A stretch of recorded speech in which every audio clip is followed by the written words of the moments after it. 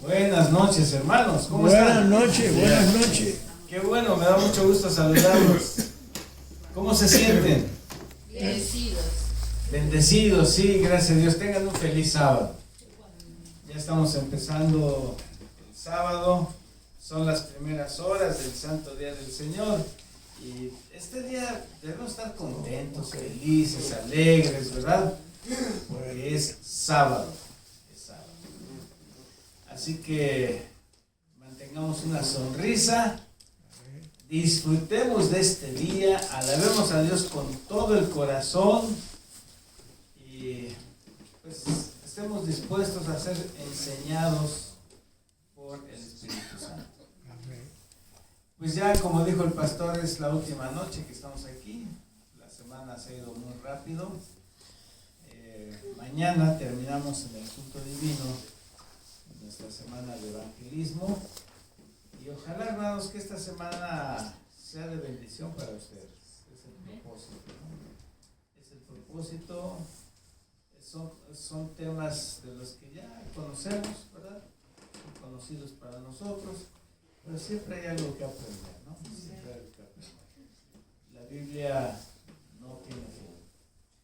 Ustedes se han dado cuenta que cuando estudiamos la Biblia una vez nos llaman la atención algunas cosas, luego la volvemos a leer y hay cosas que dicen, pero ¿cómo no me puse a pensar cuando leí esto, verdad? Y luego otra vez y lo mismo, y lo mismo, y lo mismo, ¿no? Yo no sé ustedes cuántas veces han leído la Biblia, pero yo ya la he leído como unas 15 veces, yo creo. No mucho, tengo una tía que la leía cada año, no sé cuántas veces la leyó mi tía. Pero siempre aprendemos cosas nuevas, siempre. Amén. Es una cosa extraordinaria la palabra de Dios. Muy bien, durante la semana estuvimos viendo acerca de las verdades que el enemigo ha atacado y las que echan por tierra, ¿verdad? Vimos la verdad acerca de Dios, la verdad acerca del Espíritu Santo, la verdad acerca de Cristo Jesús, la verdad acerca de los mandamientos y ayer vimos la verdad acerca de la Santa Biblia. Hoy vamos a ver un tema extraordinario, está allí el título en la pantalla, restauración esencial. Vamos a ver esta noche cómo el Señor, cómo Dios, ¿qué está haciendo para que su verdad sea restaurada? Para que su verdad no sea echada por tierra. Para que la verdad que se encuentra en la palabra de Dios, acerca de Dios, acerca de Jesús, acerca del Espíritu Santo, etc., no sea echada por tierra. Vamos a leer un pasaje, Isaías 58:12. ¿Alguien lo quiere leer, por favor? Los tuyos edificarán las ruinas antiguas, los cimientos de generación y generación. Levantarás y serás llamado reparador de portillos, restaurador de calzadas para habitar. Gracias, hermana. Este pasaje es extraordinario, hermano. Es un pasaje muy bonito, donde Dios le dice al pueblo de Israel y a Isaías que será reparador de portillos, restaurador de calzadas para habitar. Miren, el profeta Isaías, mis hermanos, se está refiriendo aquí al conjunto de personas que Dios utiliza para restaurar su vida. Dios tiene un pueblo. Dios no ha permitido nunca que su verdad sea echada por tierra y no lo va a permitir. No lo va a hacer. Y entonces, Dios tiene unas personas que Él utiliza para que entonces sus propósitos se cumplan. ¿Cuáles son sus propósitos? Que la verdad permanezca. La verdad permanece. Ahora, y así, como ya vimos a lo largo de esta semana que el enemigo de Dios, Satanás, utilizó a una mujer para pisar la verdad, o sea, una iglesia para pisar la verdad. Entonces Dios también usaría a una mujer, es decir, a otra iglesia, para restaurar la verdad. Y la descripción de esta iglesia, de esta mujer, está en Apocalipsis capítulo 12. Miren, vamos a leer Apocalipsis capítulo 12, versículo 1. Apareció en el cielo, ¿qué? Una gran señal. Una mujer vestida ¿de qué? ¿De qué? Del sol. Del sol. No ven a la hermana que se le cayó su celular. Veanme a mí. Una mujer vestida ¿de qué? Vestida del sol. Con la luna debajo. Una mujer vestida del sol, con la luna debajo de sus pies. Y sobre su cabeza, ¿qué tenía? Una corona de 12 estrellas. Aquí, ustedes saben, como ya dijimos ayer, también dijimos algo acerca del Apocalipsis. Ustedes saben, hermanos, que el Apocalipsis está lleno de simbolismos. De hecho, Apocalipsis es un libro completamente simbólico, ¿verdad? Que nosotros tenemos que ver cuáles son esos símbolos. Y sabemos por el estudio de los símbolos en las profecías, que ya hemos dicho, una mujer, ¿qué es en el Apocalipsis? Es una iglesia. Hay dos mujeres en el Apocalipsis, ¿verdad? Así que la mujer es una iglesia. La pregunta es, ¿qué iglesia es esta que se está describiendo aquí? ¿Qué quieren decir todas estas características que tiene el sol, con la luna debajo de sus pies, con su corona con 2 estrellas, etcétera, etcétera, etcétera? Bueno, en primer lugar vamos a ver que estaba vestida del sol, que ustedes no quisieron decir eso, no sé por qué. Estaba vestida del sol. ¿Qué significa eso? Significa que estaba iluminada por Jesucristo, por la luz de la salvación que Él conoce, a quien lo acepta y su sacrificio en la cruz. Esta iglesia está iluminada ¿por quién? Por Cristo Jesús, el sol de justicia. Esta mujer, dice Apocalipsis 12:1, que estaba vestida del sol. Así que esta iglesia a la que aquí se refieren, mis hermanos, está iluminada por Cristo Jesús. Jesús es quien la dirige, quien la inspira, quien la protege, quien la guía, etcétera, etcétera. Y la luna debajo de sus pies, ¿qué quiere decir? Bueno, ustedes saben, eso lo aprendimos desde que éramos niños en la escuela, que la luna no tiene luz propia, ¿verdad? Sino que recibe la luz ¿de quién? Del sol, ¿verdad? Bueno, así como el brillo de la luna, ese brillo no es de ella misma, sino un reflejo del sol, el simbolismo de la luna se refiere al sacrificio de Cristo Jesús prefigurado por el sistema de sacrificios del Cordero en el periodo anterior a la crucifixión. Perdón, ahí estábamos leyendo, ¿verdad? Ahí está. ¿Qué quiere decir el brillo de la luna? Que está recibiendo luz, pero del Antiguo Testamento, de los sacrificios que prefiguraban ¿a quién? A nuestro Señor Jesucristo. Por lo tanto, la mujer vestida de sol, con la luna debajo de sus pies, significa que es una iglesia iluminada por Cristo Jesús, pero que tiene sus orígenes y tiene su base y su fundamento en el Antiguo Testamento. Es por eso, hermanos, que no tenemos que desechar el Antiguo Testamento como algunas denominaciones lo hacen. La iglesia verdadera tiene su fundamento en el Antiguo Testamento. Ahora, en otras palabras, Dios siempre tuvo una iglesia, ¿desde cuándo? Desde el Antiguo Testamento. La iglesia de Dios verdadera existe desde el comienzo. pues en todos los tiempos Dios siempre tuvo personas fieles a su palabra y a su ley. Desde que el pecado entró a la tierra, Dios siempre ha tenido personas que han levantado en alto su verdad. Siempre, hermanos, a lo largo de la historia. Entonces, esta iglesia verdadera, la iglesia que se describe en Apocalipsis 12, es una iglesia que tiene su base desde el Antiguo Testamento, ¿verdad? Ahora, continuando, se describe también a la mujer con una corona, ¿verdad? Leímos Apocalipsis 12:1, una corona en la cabeza. En la Biblia, ¿qué significa corona? Es algo muy sencillo que ustedes ya han escuchado muchas veces. ¿Qué significa la corona?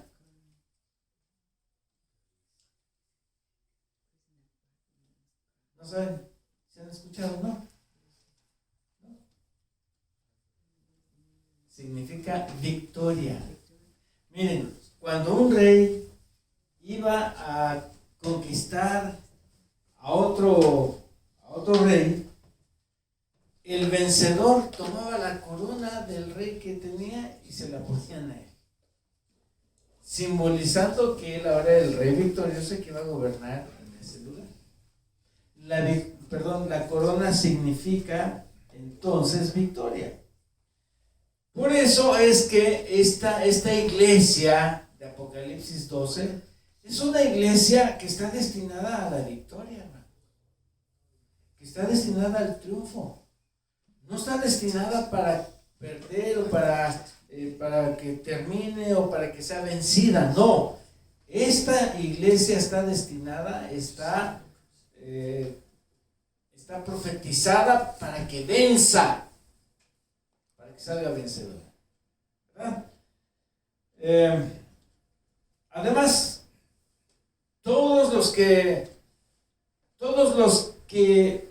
sean vencedores con Cristo Jesús van a recibir una corona también, ¿verdad? En la vida eterna. La corona, además de esta mujer, tenía 12 estrellas, ¿no? ¿Qué significan esas 12 estrellas? Bueno, en la Biblia estrella significa mensajero, y en el caso de las 12 estrellas representan a los 12 apóstoles.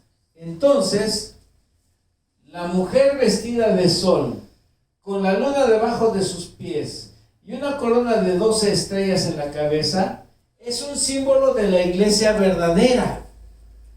Una iglesia iluminada por Jesús, cuya base y origen está en Jesús desde el Antiguo Testamento. Una iglesia victoriosa a pesar de las persecuciones. Una iglesia que en el Nuevo Testamento tuvo como líderes a sus 12 apóstoles. Esta es la iglesia verdadera, esta es la iglesia vencedora, esta es la iglesia que está aquí representada en el libro de Apocalipsis. Ahora, ¿cuáles son las doctrinas características de esta iglesia? ¿Cuáles son las características doctrinales de esta iglesia? ¿Cómo podemos identificar a esta iglesia? ¿Cómo podemos nosotros saber cuál es la iglesia verdadera? Bueno, vamos a ver Apocalipsis 12:17. Este pasaje es muy interesante. De hecho, todo el capítulo 12 de Apocalipsis es muy interesante, ¿no? Dice, entonces el dragón se llenó de ira contra la mujer. ¿Quién es el dragón? Hemos dicho esta semana. Satanás. ¿Y la mujer? Ya dijimos, ¿verdad? Es la iglesia verdadera. Se llenó de ira contra la mujer y se fue a hacer guerra contra el resto de la descendencia de ella, de la mujer, de sus descendientes, de los que pertenecen a esta iglesia. Y dice, los que guardan los mandamientos de Dios y tienen ¿qué? El testimonio de Jesucristo. Mis hermanos, esto es algo muy revelador. Este pasaje anoche lo leímos al final del tema, ¿se acuerdan? Lo leímos, ¿verdad? Porque este pasaje, hermanos, nos dice de una manera inequívoca. No podemos nosotros negar nada de qué características tiene la iglesia verdadera. Que guarda los mandamientos de Dios. Una vez estaba yo platicando con un pastor de otra denominación,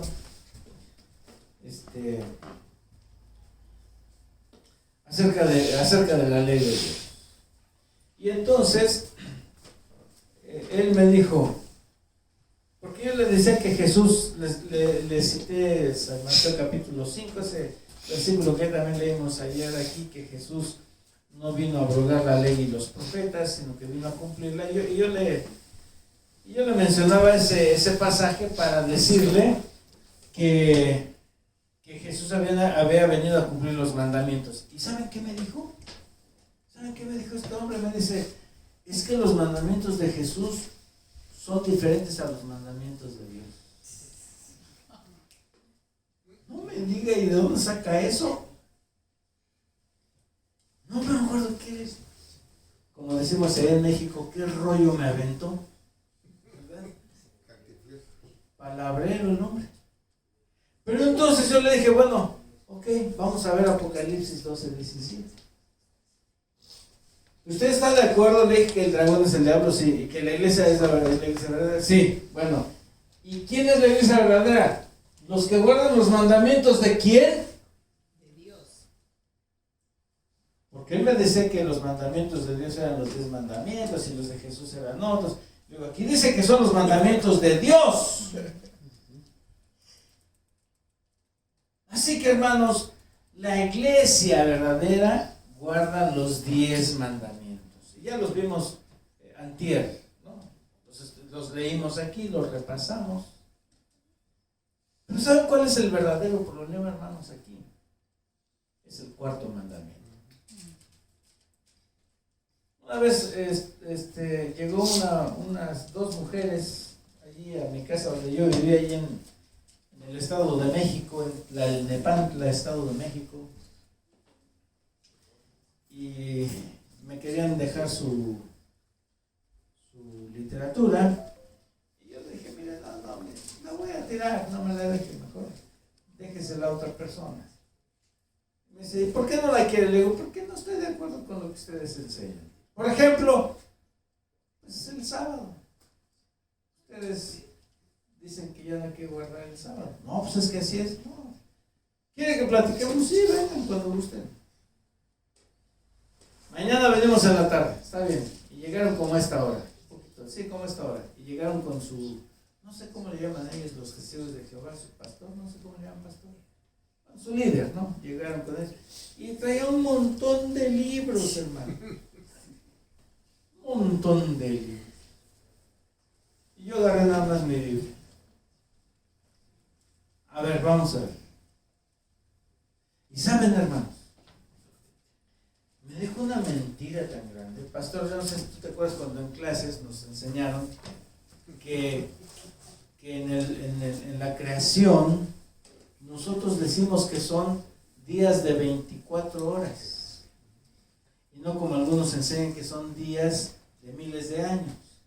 Y la clave está en que en la palabra día en hebreo está antecedida por la palabra yom. Y como dice yom, eso significa que son días de 24 horas. Pero ¿saben? Este hombre traía un diccionario así de gordo. Dice, mire, claro, escrito por ellos mismos, ¿verdad? Y dice, mire, aquí dice que cuando está la palabra yom, porque yo le decía, es que el sábado es el 7º día desde la creación.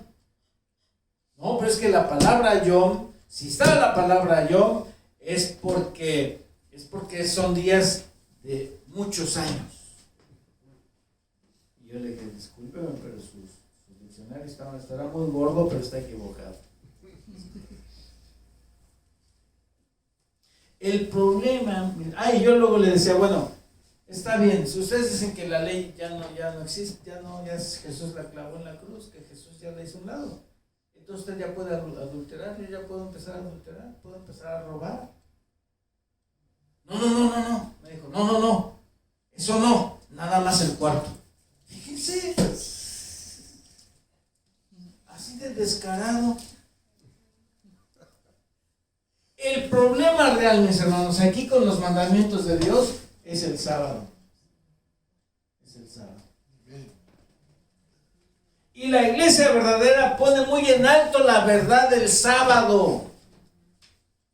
Levanta el estandarte del sábado. Y dice el sábado y los mandamientos de Dios están vigentes. Pero hay otra característica, la segunda, el testimonio de Jesucristo. ¿Qué es el testimonio de Jesucristo? Vamos a leer Apocalipsis 19:10, por favor. No lo tengo ahí en la pantalla. Alguien que lo busque y lo lea, por favor. Apocalipsis 19:10.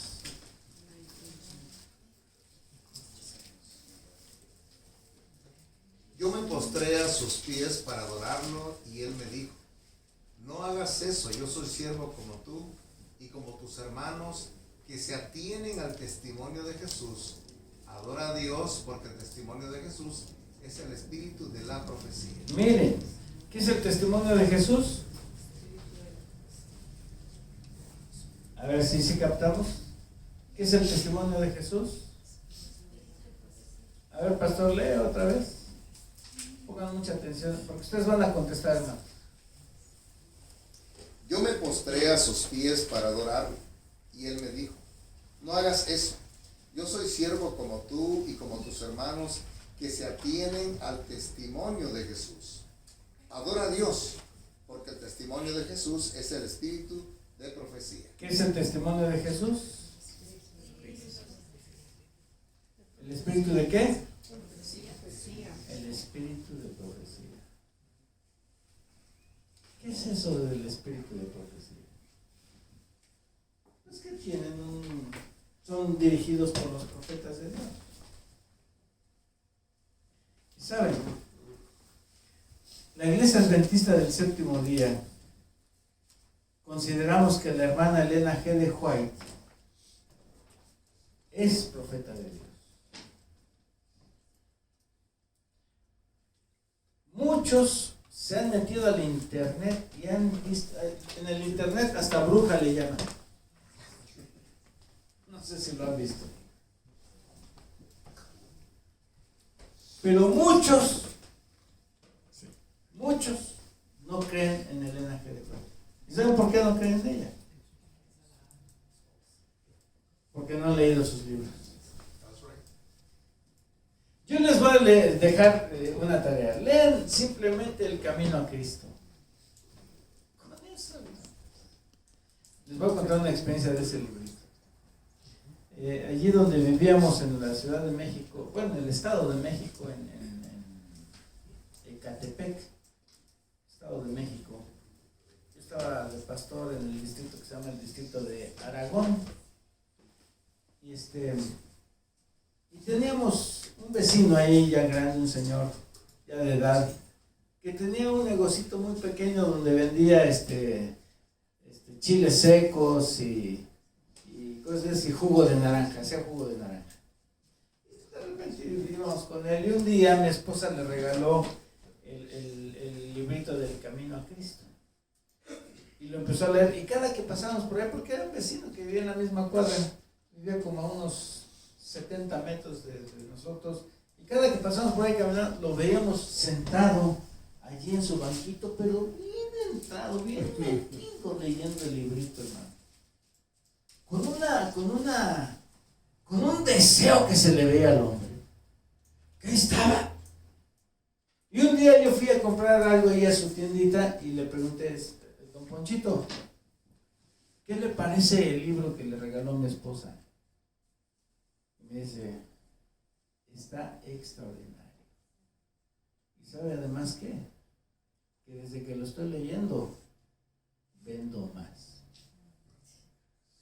¡Wow! Yo me quedé asombrado, hermano. La hermana White, ella misma dice, yo soy una luz menor que conduce a la luz mayor. Esas dos características, mis hermanos, son muy importantes para la iglesia. la iglesia verdadera guarda los mandamientos de Dios, aunque sea perseguida. Me regresé, ¿verdad? Aunque sea perseguida. Es perseguida y maltratada por el enemigo. Pero aún así, ¿qué sigue haciendo? Guardando los mandamientos de Dios y teniendo el testimonio de Jesús. La iglesia verdadera, hermanos, siempre ha sido perseguida y va a ser perseguida y seguirá siendo perseguida. Pero aún en medio de todas las circunstancias que pueda haber adversas, esa iglesia se va a mantener fiel a Jesús y además va a salir victoriosa. Una vez llegó un hombre que pertenece a los hermanos, a la iglesia reformada. ¿Se han oído de la iglesia reformada? No.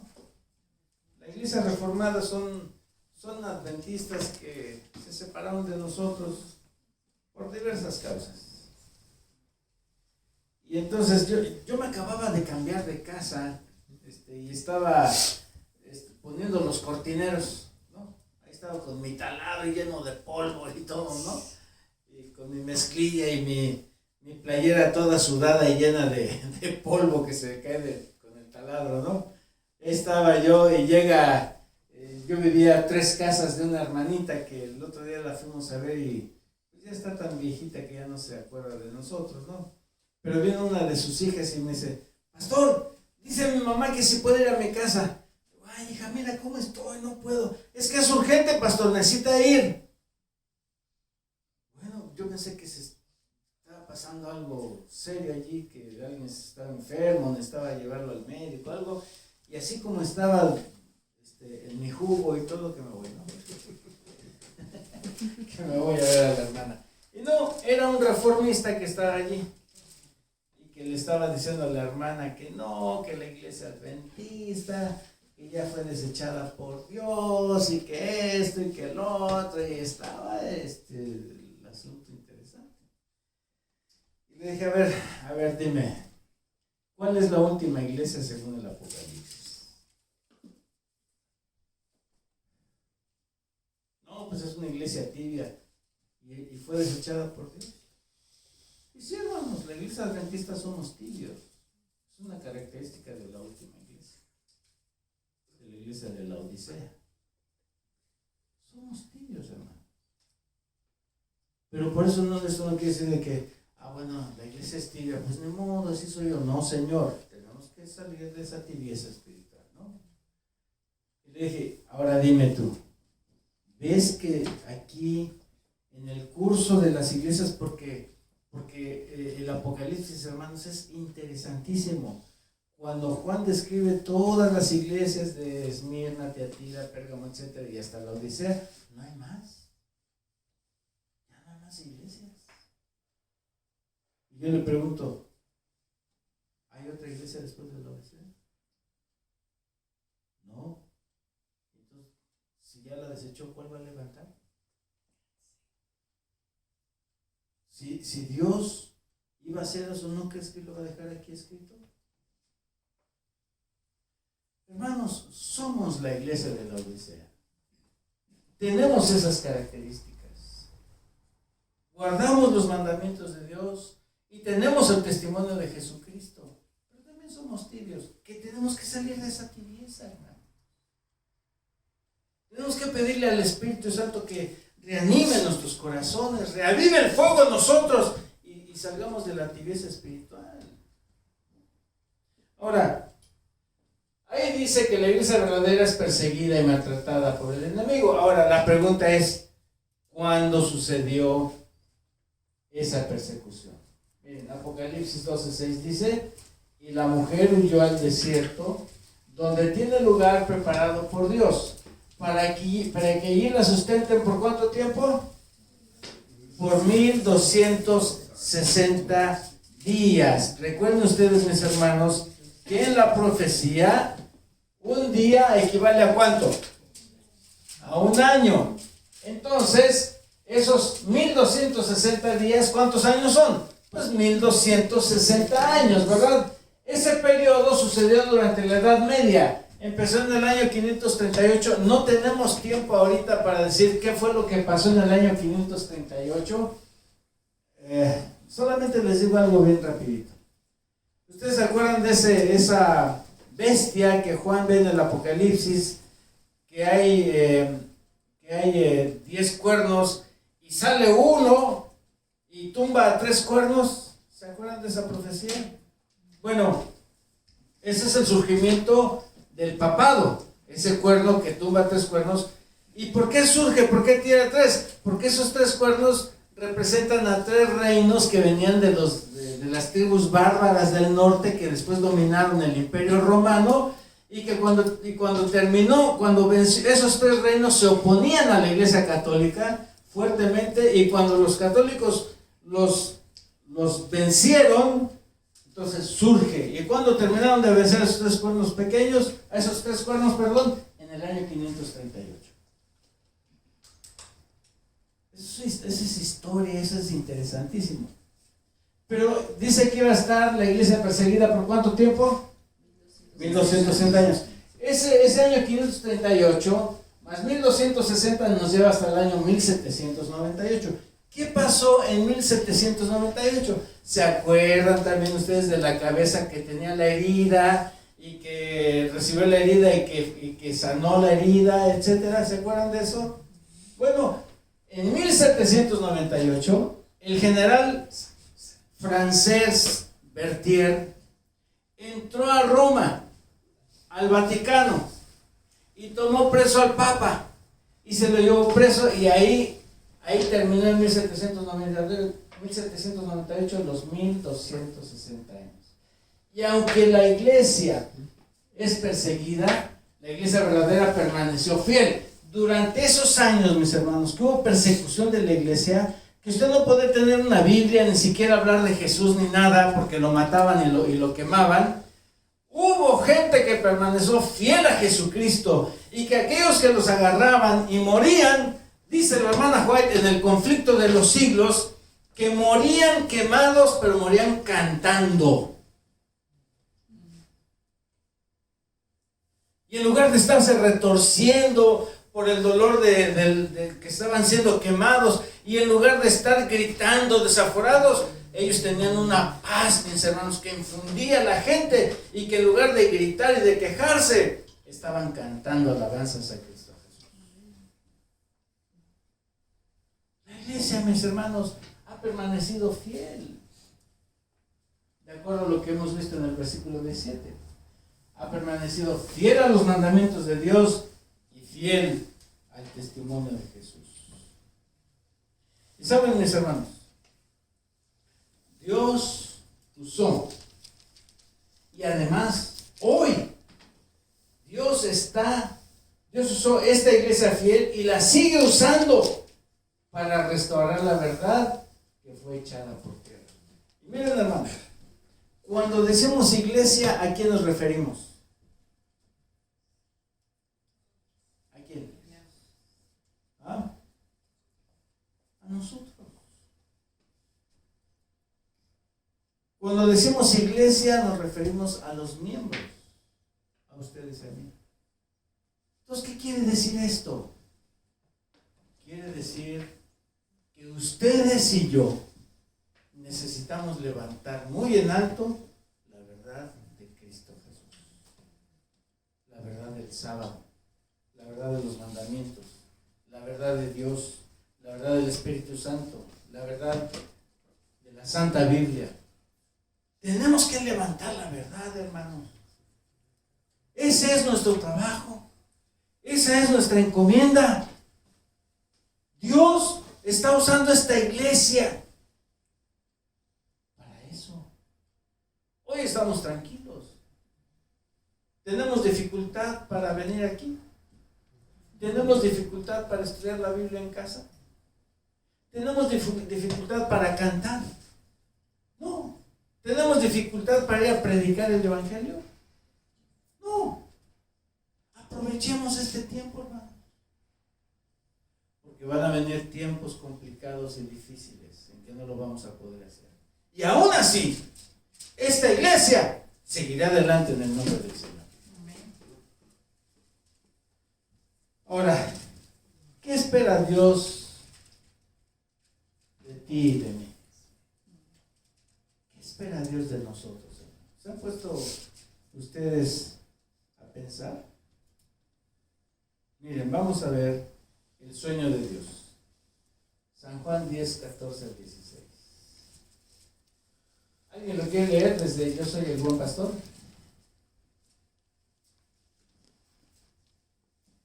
¿Quién lo quiere leer?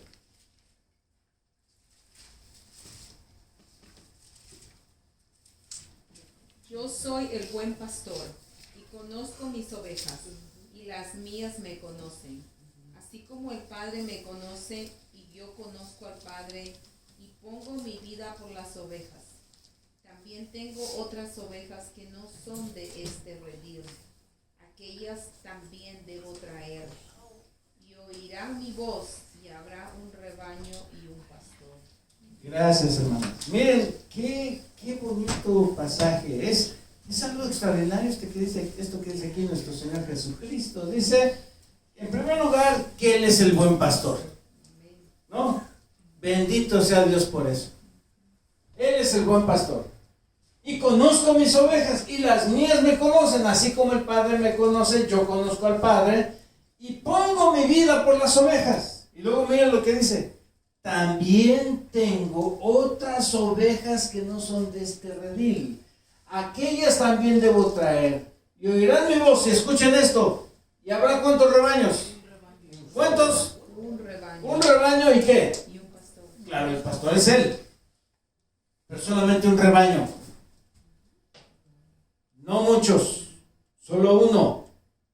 Va a haber un momento, hermanos, en que todas las iglesias van a salir de las iglesias la gente sincera y va a ser solamente un pueblo.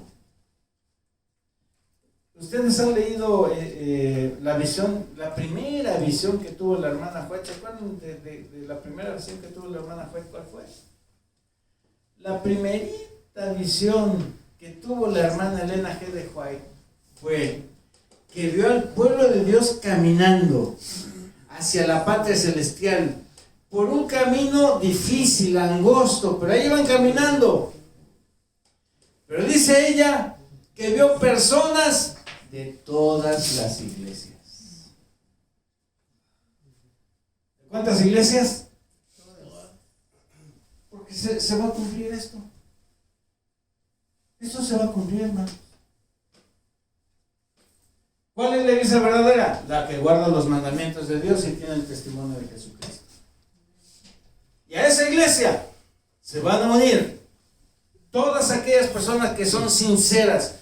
Miren, cuando mi hijo Julio, él es el mayor de los dos, el que vive aquí en Arkansas, estaba en la primaria, lo metimos a una primaria que estaba ahí cerca de la casa, porque las escuelas de la iglesia nos quedaban lejísimos y con el tráfico de la Ciudad de México, hacía 2 horas para llevarlo, 2 horas para regresar, 2 horas para ir por él y otras 2 para regresar.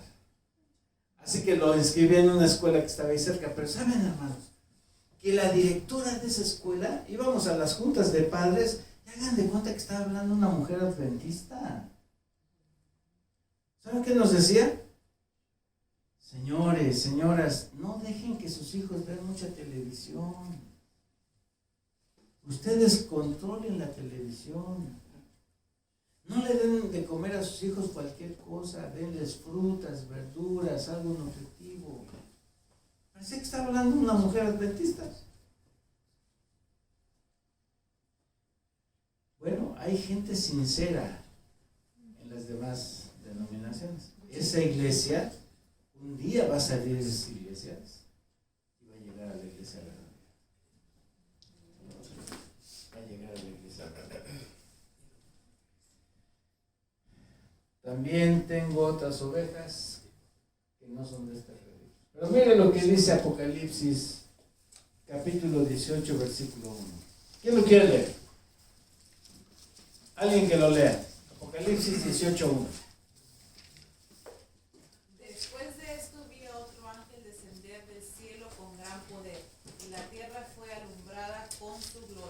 clamó con voz potente diciendo: ha caído la gran Babilonia, y se ha hecho habitación de demonios y guarida de todo espíritu inmundo, y albergue de toda ave inmunda y aborrecible. Gracias, hermana. ¿Quién es Babilonia? ¿Quién es? ¿Qué quiere decir Babilonia? ¿Se acuerdan? ¿Alguien dijo qué? ¿Qué quiere decir Babilonia? Confusión, sí, gracias. ¿Se acuerdan cuando después del diluvio los hombres empezaron a construir una gran torre? ¿Cómo se llamaba esa torre? ¿Cómo se llamaba el lugar donde empezaron a construirla? Babel. ¿Y qué hizo Dios ahí? Confundió el lenguaje. Babilonia quiere decir confusión. Y entonces la Gran Babilonia es el movimiento religioso, no es una persona, es el movimiento religioso que involucra a la madre de las naciones y a sus hijas. Entonces, esa Gran Babilonia caería cuando las personas sinceras salieran de ella y vinieran a seguir la verdad. Por eso dice, ha caído la Gran Babilonia. Salid de ella, pueblo mío. ¿A qué pueblo se refiere? Al pueblo que está disperso en las diferentes iglesias. El Espíritu Santo va a hacer su gran obra, hermanos. Una obra maravillosa. Entonces va a haber una sola iglesia. Y entonces todo el mundo saldrá de ella. Y vea lo que dice Apocalipsis 18:4. Y oí otra voz del cielo que decía: salid de ella, pueblo mío, para que no seáis partícipes de sus pecados, ni recibáis parte de sus plagas. Salid de ella, pueblo mío. ¿Qué está haciendo el Señor? Dios, amigo, amiga, hermano, hermana, Dios te está llamando a salir de la gran confusión, de la gran Babilonia, a salir del camino equivocado, a dejar de seguir el error y conocer la verdad. Por eso estás aquí, por eso estás estudiando la Biblia hoy. El Espíritu Santo te trajo aquí para que conozcas la verdad. Pero el Señor quiere que dejes el error y vengas a la verdad. ¿Saben por qué? Porque tu hermano, amigo, tú eres de Dios. Porque Jesús te ama. Porque murió por ti. Porque tiene un plan, tiene un propósito y tiene un ideal para ti muy elevado. Muchísimo más de lo que te imaginas. Por eso, mis queridos hermanos, amigos, si ustedes han escuchado la voz de Dios que te dice: salí de ella, pueblo mío. Cumple con la profecía de Jesús que dice que oirán mi voz y me seguirán. Al oír esa voz hoy, sepas, amigo, hermano, que Jesús te está llamando y te está diciendo que salgas del error. Jesús derramó su sangre por ti y por mí. Él vino a morir, dejó el cielo, dejó su gloria para que seamos salvos. Y quiere que estemos en la verdad. ¿Cuántos en esta noche le quieren decir al Señor: Señor Jesús, yo me quiero entregar a ti con todo mi corazón? Yo quiero ser tuyo. No conozco todo, no entiendo todo, pero me quiero entregar a ti con todo mi corazón. Quiero hacer tu voluntad. Quiero encontrarme con Jesús cuando venga otra vez. ¿Hay alguien que le quiera decir esto a Jesús poniéndose de pie?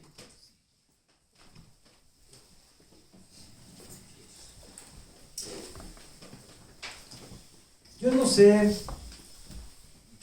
si todos los que están aquí son bautizados en esta iglesia. Pero si hay alguien aquí que no es bautizado y quisiera pertenecer a esta iglesia y ser miembro a través del bautismo, levante su mano. ¿Hay alguien? Pase para acá, hermano, por favor. Pase. ¿Cuál es su nombre? Yo me llamo Luis Rosario. Pase, hermano Luis. A ver si puede ahí con las cámaras pasar. Venga aquí, venga aquí. ¿Hay alguien más? Yo no sé si todos son bautizados. A lo mejor hay alguien que no es bautizado todavía.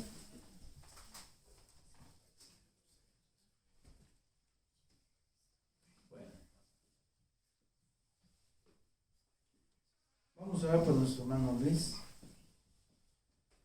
¿Cuándo podríamos? ¿Usted está dispuesto a bautizarse cualquier día, hermano? Bueno, el hermano pastor, él va los sábados a mi casa y me está dando las instrucciones. Okay. Y estoy ahí para ver si se llega ese día para ser bautizado. Ok, ahorita terminando el culto platicamos un poquito con usted. ¿Está bien? Vamos a ver. Querido Padre que estás en los cielos, muchas gracias, Señor, por tu santa palabra. Gracias porque siempre has tenido un pueblo en esta tierra que ha levantado muy en alto la verdad de Cristo Jesús. Y a pesar de la persecución fiera del enemigo, no se han vencido. Este pueblo ha seguido adelante a pesar de todos los problemas que el enemigo le ha puesto enfrente. Nunca ha sido vencido por el enemigo. Aparentemente los ha matado, los ha quemado, los ha desterrado, pero tu verdad sigue adelante. Y hoy tú tienes un pueblo en esta tierra que guarda los mandamientos de Dios y tiene el testimonio de Jesucristo. Y este pueblo es tu iglesia adventista. Esta iglesia, dice tu santa palabra, que está destinada para triunfar, que está destinada a la victoria. Sí, hay muchos errores, hay muchos problemas. Es una iglesia tibia, pero esta iglesia, Señor, va a triunfar en el nombre de Cristo Jesús. Ayúdanos a nosotros a permanecer siempre fieles en esta iglesia, que te alabemos, te glorifiquemos y sobre todo que cumplamos con la misión que tú nos has encomendado, que es levantar muy en alto la verdad de Cristo Jesús. Danos de tu Santo Espíritu, no nos abandones, llévanos a la victoria y que cuando Jesús venga estemos contigo en el reino celestial. De manera especial en esta noche te quiero pedir por mi hermano Luis. Gracias, Señor, porque tú tocas su corazón. Gracias porque tú, Padre, estás con él. Que el deseo que él ha manifestado de bautizarse lo puede llevar a cabo muy pronto. Y que tú lo tomes en tus brazos de amor y poder. Y le des la victoria en Cristo Jesús. Y que él esté contigo en el reino celestial. Que todos mis hermanos aquí reunidos seamos fieles a ti. No permitas que nada ni nadie nos arrebate de tus manos. Y que sigamos adelante, siempre cumpliendo tu mandato. Amén. En el nombre de Cristo Jesús. Amén. Amén. Bueno, tomar asiento, hermano Luis. Ahorita platicamos un poquito, por favor. Dios les bendiga.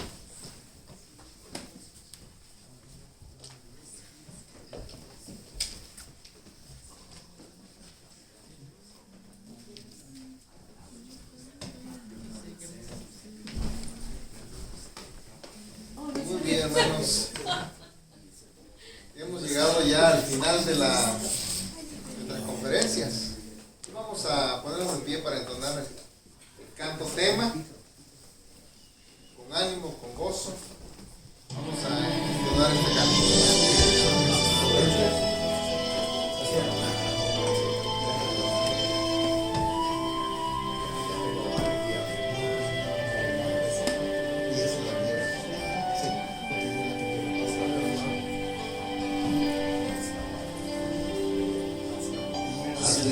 Nos con todas tus heridas, anhelando en tu vida nuevo día con Jesús,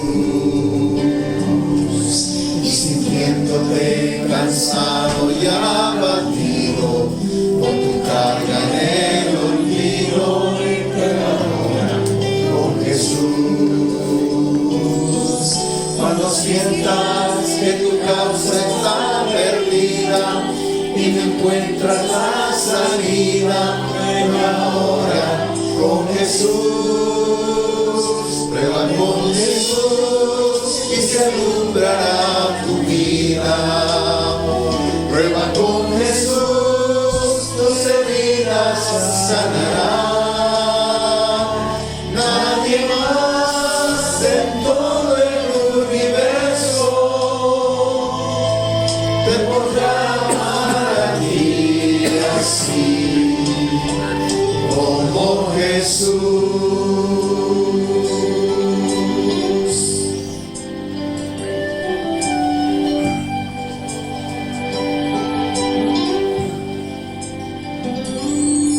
Has venido con todas tus heridas, anhelando en tu vida un nuevo día con Jesús,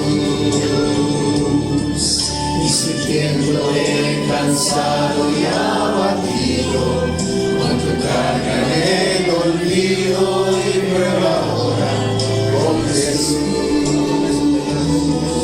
Cuando sientas que tu causa está perdida y no encuentras la salida, prueba ahora con Jesús, prueba con Jesús y se alumbrará tu vida. Prueba con Jesús, tus heridas sanará. Nadie más en todo el universo te podrá amar a ti así como Jesús. Prueba con Jesús y se alumbrará tu vida. Prueba con Jesús, tus heridas sanará. Nadie más en todo el universo te podrá amar a ti así como Jesús.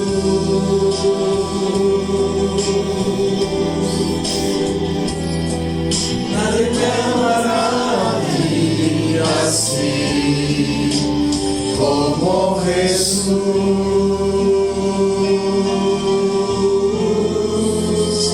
como Jesús.